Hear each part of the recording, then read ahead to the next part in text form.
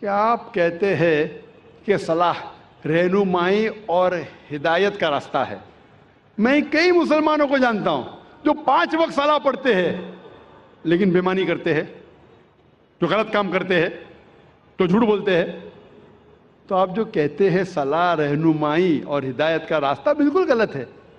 میں تسلیم کرتا ہوں کہ میں بھی جانتا ہوں ہے کئی مسلمان جو 5 وقت کی نماز پڑھتے لیکن جھوٹ بولتے ہیں، 5 وقت کی نماز پڑھتے لیکن غلط کام کرتے ہیں، 5 وقت کی نماز پڑھتے لیکن رشوت دیتے ہیں.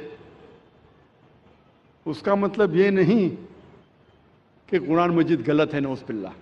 اللہ تعالیٰ قرآن مجید میں فرماتے ہیں سورہ مومنون میں سورہ نمبر 23 آیت نمبر 1 اور 2 میں کہ وہ مومن فلاح پاتے ہیں جو نماز خشوع کے ساتھ پڑھتے ہیں. وہ مومن فلاح پاتے ہیں جو نماز خشوع کے ساتھ پڑھتے ہیں. یہاں اللہ تعالیٰ یہ نہیں کہتا ہے جو نماز پڑھتے ہیں وہ ہدایت پاتے ہیں. یہاں اللہ تعالیٰ فرماتے وہ مومن فلاح پاتے ہیں جو نماز خشوع کے ساتھ پڑھتے.